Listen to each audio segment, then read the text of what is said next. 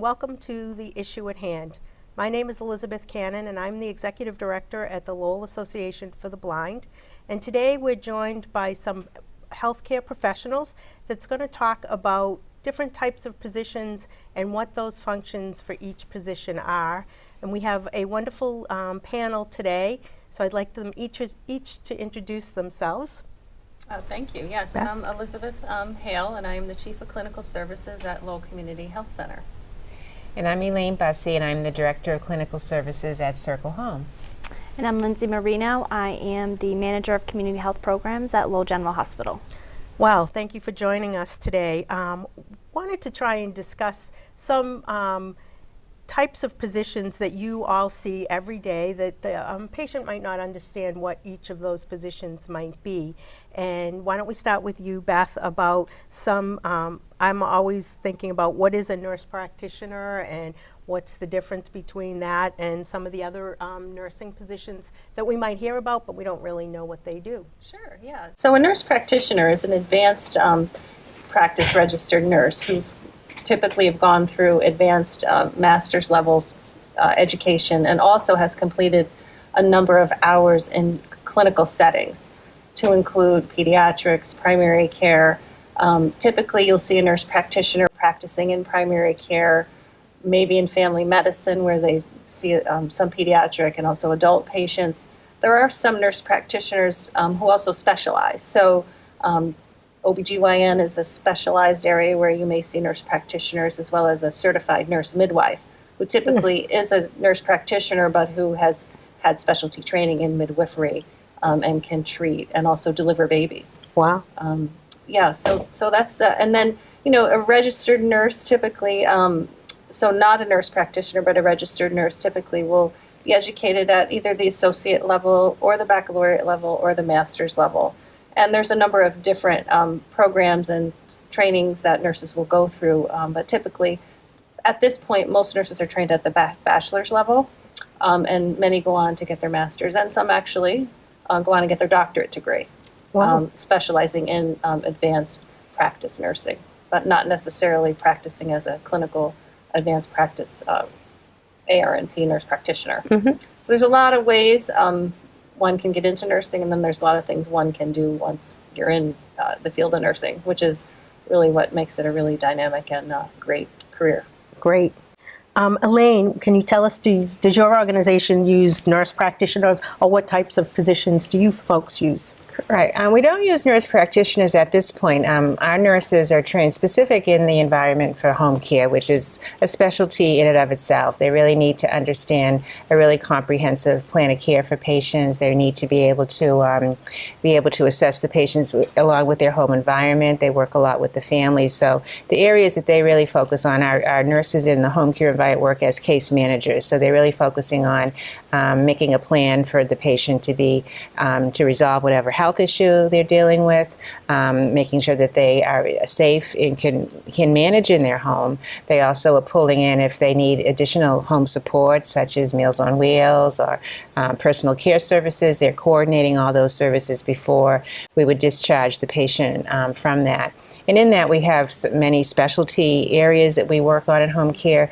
Wound care is a big area for us because a lot of the wounds that we have, we're dealing with each week, each day. We're trying to heal them. We're working with the wound care clinic, with the physicians. So we have nurses that are specialized in wound care, certified in wound care. So that really helps, and that helps to train our other nurses. The other specialty we see a lot is we have a diabetic educator, because a lot of the challenges we have is with new diabetics and really teaching them. And we have the advantage of being in the home and really seeing what they understood from the education they might have received in the hospital, at the doctor's offices, what's in their refrigerator. We can help if they have home health aides or homemakers for their shopping and making sure they're getting the right food. So we really work a lot on that home management piece with, what is their issues, what is from a health issue with their physician, but also from their home and their environment in the community. We also have nurses that we've been working on that are trained in behavioral health, because a lot of our clients are challenged with a lot of behavioral health issues, a lot of anxieties, depressions that sort of get in the way of them getting better. So we work on some of of those strategies and ideas. Medication management is a big thing. So a home care nurse is usually a nurse who has had a little bit of experience behind them, because they need to be able to function fairly independently, fairly autonomous. They need to have good critical thinking, decision making, to really plan a solid plan of care for a patient, to make sure that they can move into the next level of independence as much as possible. So those are the areas that we really focus on, is home safety and management, and being able to be as independent as they possibly can. Right. So, Great. Lindsay, why don't you tell us about the types of some of the nursing positions you focus with? Sure. Well, actually, some of the programs at Lowell General Hospital, we're working now to help support patients when they're discharged home from the hospital. So some patients may be eligible for a social worker or community health worker. We also may have a pharmacist that may be able to assist. The role of the community health worker is really to be the eyes and ears in the community, really to take back information they may learn at a home visit and bring it back to the care team, bring it back to the primary care physician and say, this is kind of what's going on in the home. What are some of the resources that we can put into the home to help keep this patient at home safe and living quality of life at home.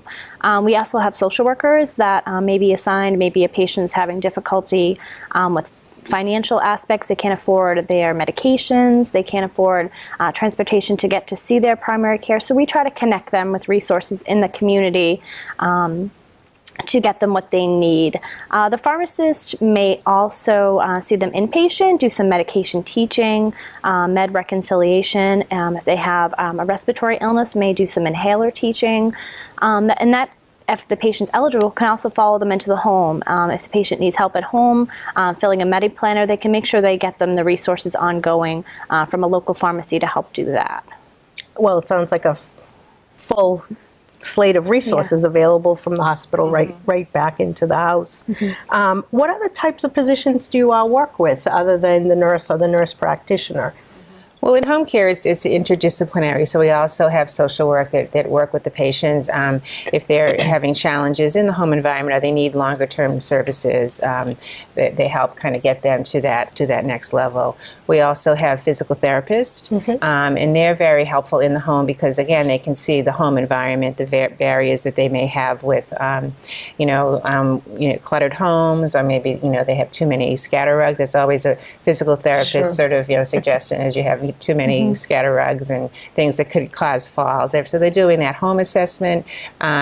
We see a lot of patients that have had the joint replacements from Lowell General that come to us, and we do a lot of work on getting them to the next level, whether it's being to an outpatient setting for further treatment or being able to get out again and get into their car or whatever functional level they need to get at. So our PT has really been a strong service that we provide to our patients.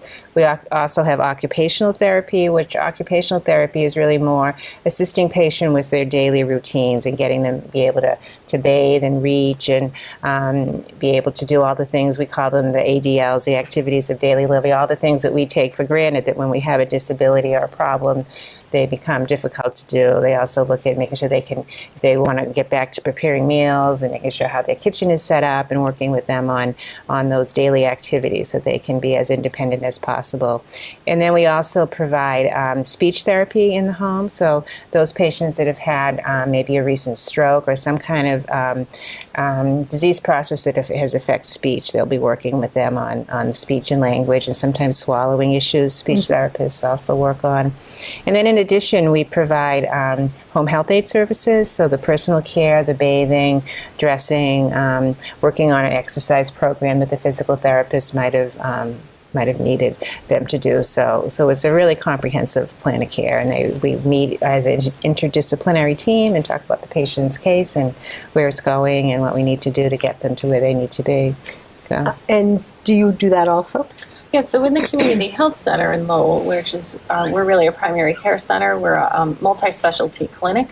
So there's a lot of services that are provided within the health center, but the main components of the team would be the physician and or the nurse practitioner, also a registered nurse, medical assistant, and the medical assistant's role is really to help the patient perhaps filling out paperwork, collecting their vital signs, collecting some medical history information, preparing the patient for the visit for the day, may or may not be administering some immunizations, and then the registered nurse will be doing more of a comprehensive assessment, similar to what happens in the home, but we're doing that in the, more in the clinic setting where it's really focused on either it's a wellness visit, so you're there for your annual physical, or you're coming in where you have, maybe a cold or a fever, so we're really focused on kind of what's your symptoms been and what's kind of been that course of that illness for that particular episode. But then in the health center, we also have many services. We have a pediatrics department where we have social workers. We also have behavioral health specialists and community health workers who are also part of the team, depending on what the needs of the patient are. And then we also incorporate some other practitioners to the team, depending on what the patient is really interested in. So we do massage therapy. We also do acupuncture.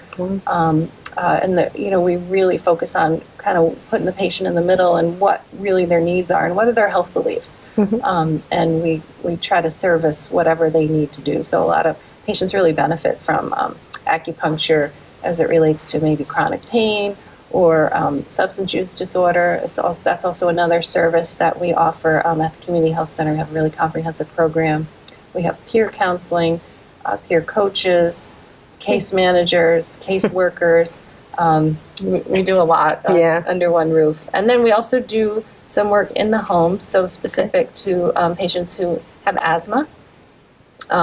We do a program where adults who have asthma, we actually do a home visit and do a home assessment with our community health worker to determine, are there things in the home environment that are triggers that are causing asthma exacerbations? And if that's the case, then we work with that patient to maybe eliminate those triggers, teach them perhaps how to use HEPA filters in their vacuums, which we know can eliminate some of the particles that could be triggers for their asthma.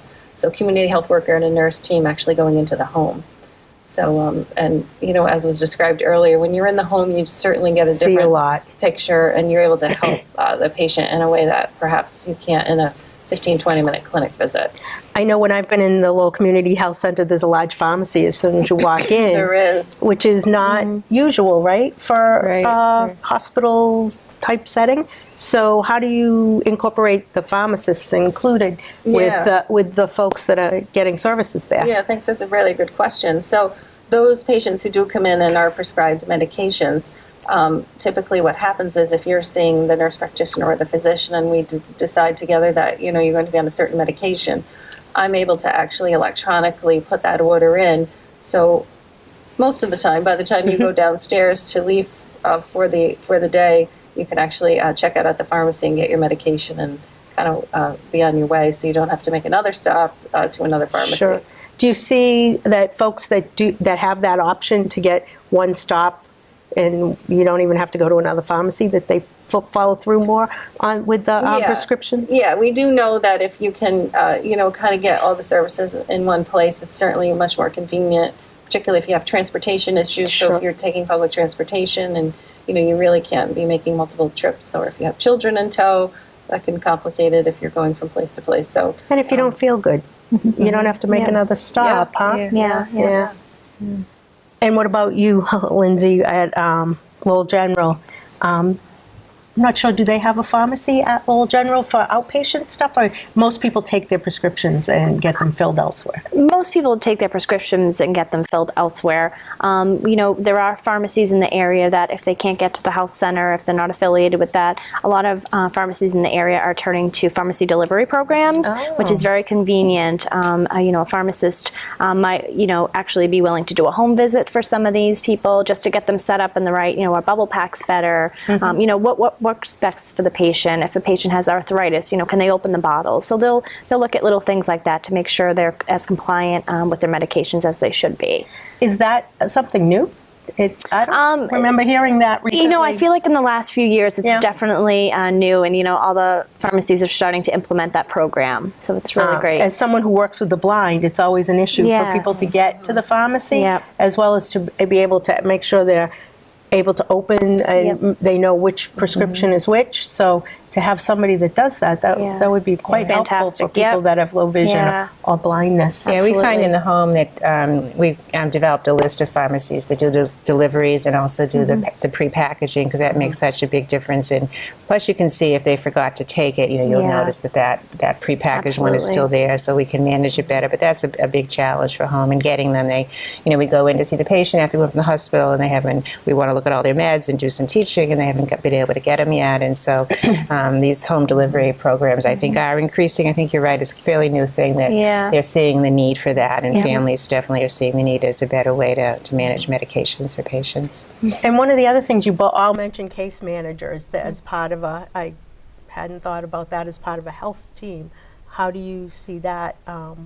Do people have more than one or case manager?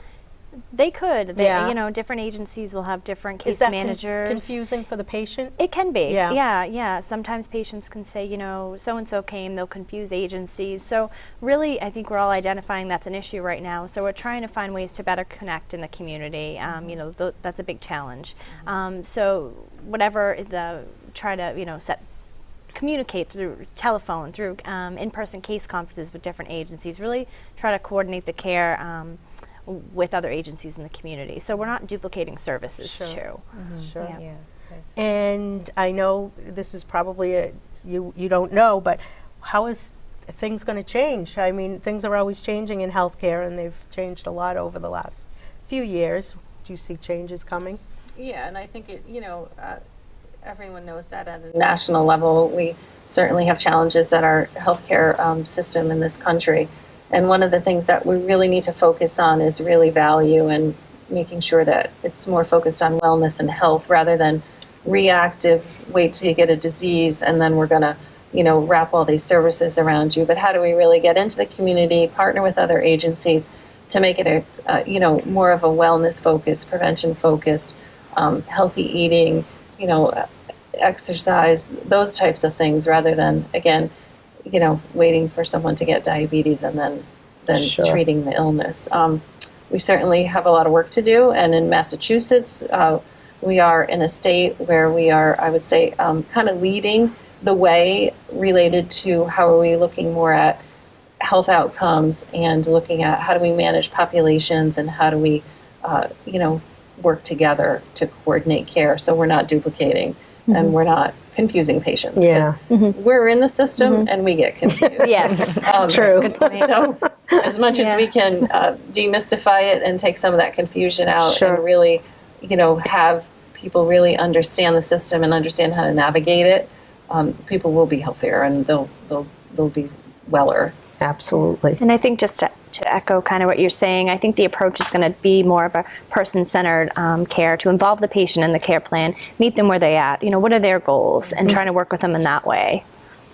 Yeah, and also our reimbursement will be tied to outcomes as opposed to just doing the services. So we're moving to that model. Home care's been in that model, and more so. So it kind of, really, and we're measuring our outcomes all the time, looking for our improvement, look at the areas that we can improve upon with patients. So ultimately, they're progressing. So when you say outcomes, what do you mean by an outcome? If somebody has diabetes, what would be a good outcome? Say you're measuring their blood sugars, and Okay. they had high blood sugars when we first started seeing the patient, that we got it to the level that it needs to be, and their diet is better, they've improved, they're compliant with their, they understood the education. So that's what we've measured, for somebody who's had like a joint replacement, that's a little bit more, succinct. You can see the progress along the way, but some of these medical problems because of other issues and not having their medications, they're understanding them. So it's how they improve from the day we started seeing them until the day we discharge them. We want to see improvement.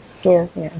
Great. And outcomes for you? Yeah, I mean, the hospital is always looking at readmission rates. If the patient coming back to the hospital, specifically maybe in 30 days, why are they coming back? Is it for the same problem? And really trying to dig down and try to see what was different about that patient. Why is a patient with, this chronic disease coming in so many times as opposed to a patient that may be living in the community and managing? So really taking a different approach and trying to put initiatives in and programs to help support that patient. And figure out, what it is that's driving their utilization. And you, any different I would outcomes? say, pretty much echo what has already been stated. I would say what's different, what will be different and what we are striving for is that it's patient-centered, and that the health outcomes, there are certainly evidence-based health outcomes related to certain diseases or conditions like diabetes or hypertension. We know the evidence tells us that if your blood pressure is in certain parameters, that's a healthier blood pressure, and there's less risk of you having other systemic problems. But it's also what does health mean to you? And let's talk about what our goals are related to your health and your health outcomes. So there's the clinical evidence-based health outcomes, but there's also social and there's also quality of life health outcomes. That's a partnership. That's something that we decide together as a patient and a provider. And I think that's kind of some of the difference we're going to see in the system moving forward. Is it's more about it's a partnership, and the patient and the family are in the center, and they're helping us define some of that. And I think we'll see better health outcomes for most patients by having this comprehensive look at what's going on. I think so. And is it based on a time factor, or is it based on when you get to this goal, then we kind of go away? I think most healthcare providers are looking, when they reach the goals, they set the patient, but then they have to sustain it, so because you don't want them to. So it's working with what they need to do to sustain that. But I do think you're going to see that trend, and it will affect patients in a better way. That they'll eventually have better outcomes, better lifestyles, better ways to manage their diseases. So I think that it will have an impact for sure. Yeah. And do you see any concerns with going to this type of model? Is there anything we're missing in the planning? You're out in, different areas. Is there something we're missing, some key component that might really be helpful? That I know transportation is a major issue for people. The health center downtown is convenient and can get public transportation, but everybody doesn't have transportation to doctors or primary care, or have to call an ambulance, and that's an expensive piece. Do you see anything that we're missing something, or we're in? I think one of the most challenging things as we move forward in the next few years is, being able to communicate, be on the same electronic medical record. So I think we're doing a lot of initiatives to try to coordinate care, because we're all trying to get to the same goal. We're all trying to work together. So I think it's just trying to figure out there's so many good resources in the Lowell area to help manage these patients. So I think just coming together and working together on these patients. Will they be able to share those types of medical records at some point? We'll see. That's the goal, but I think just the communication and coordination of care between specialists and providers. Yeah. Yep. You're not being redundant, as was mentioned before. Kind of that's the more that we talk to each other as providers and see what's going on with the patient, we can come to a better plan of care for the patient. So we're not just all focusing on a certain thing and missing something. So we all bring something a little different. Sure. So making sure that we're not being redundant, and that we're not confusing the patients, because they can get a little confused. I think patients can get overwhelmed and confused at some point. Yeah. We haven't touched on a little bit on cultural issues, but language issues and language barriers. Do you see that as a major issue? Well, as healthcare providers, we're mandated to have interpretive services and those sorts of things. So for the most part, I think we have been pretty fortunate to have adequate services. The challenge is, matching the schedules up and all that sort of, so the scheduling part of it. But we do have interpreters available for the languages that we see in our, and we also use the phone lines and different things like that. So we always make sure that we have a means of communicating with our patients. So, yeah. And the health center, I know, has... Well, we have an interpreter services department, and, we continue to need to grow that because there's a greater demand. I think, as it relates to what's missing or what, the risks with the new system and the new way we're paying really relates back to the traditional healthcare system has paid for fee-for-service. So you provide a service and you get paid for that service. But we all know that part of that service needs to include addressing social determinants of health, cultural and linguistical challenges, and those are areas that aren't reimbursed. But we know it's so important, because if you can't communicate effectively with your patient, how are you going to understand what their health needs are? So I think that would be the challenge. But the health center and all of our agencies are so committed to providing that, because we know what difference it makes. So we'll need to continue to bolster that. And the community health worker is a role that really helps also bridge that gap, because they're part of the community, they're part of that patient's culture, if you will, and they're able to help us translate in more meaningful ways. Yeah. What about translation? I'm sure there's translation. The hospital, the same thing. We have, interpreter services there. There's always somebody, whether it's in person or by phone, to interpret. But, and to kind of echo what Beth says, we do look at hiring, folks that are trained in understand the language and really, understand the city and can really relate to these patients. So I think that really helps develop rapport with these patients and engage them. Yeah. I know we have a few minutes left, but I wanted to mention that the health center is also going to be having dental and eye care in the near future. Yes. And I always thought that was two pieces that were left out of the healthcare. It was. And you're bringing them together. That's great. Together, yes. So we're embarking on an expansion project, which will include adding vision and dental services. We're actually providing dental services right now to our pediatric patients. So we're providing cleanings right now and assessments. We have a full-time dentist, and we'll be hiring more dentists. And we also have a vision director who's helping us build that program. So we hope, our plan is to open those services in February. And also expand our primary care.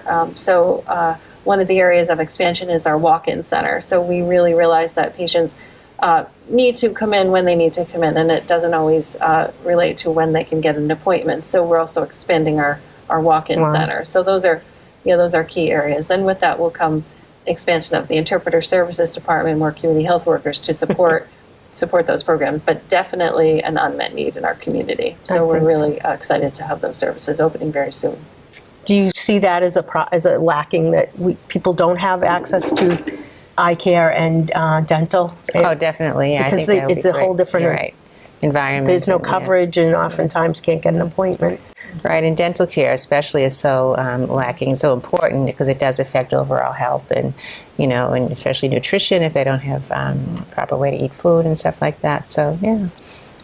I think eye care is very important, that oftentimes people don't think they need an eye exam and are kind of surprised, and then can't afford glasses to correct their vision. So do you see that at the hospital, that's an issue for patients? Definitely an issue, and I think it might not be the first thing on a patient's mind. So I think having the access at the health center to OneStop Shop, be able to see their primary care physician, and be able to get a vision exam is motivates them to do that. Oh, I think so. I think when they're comfortable coming to one location, you're more willing to come back and work with other professionals. Yeah, and the goal is really to integrate all services in the plan of care. So for your primary care, if you need vision, if you need dental care, if you need behavioral health care, it's all there, and we can integrate those services. And we also will have a retail shop, so you don't even have to go down the street to get your glasses. We will have them there as well. Oh, well, that's good to know, huh? So we have a couple of minutes left, and I don't know if there's something specific that you'd like to talk about. I know we just talked about what is happening in the near future. Is anything happening new where you are? Well, we've been growing, very busy. I think one of the growing areas, and I don't think I mentioned our maternal child health program and our need to support the new mothers and babies. We have dedicated nurses to that program, so we've seen some growth and some need in that support in the home to make sure that those families get the support and the help and the nursing kind of piece to having a new baby. Yeah.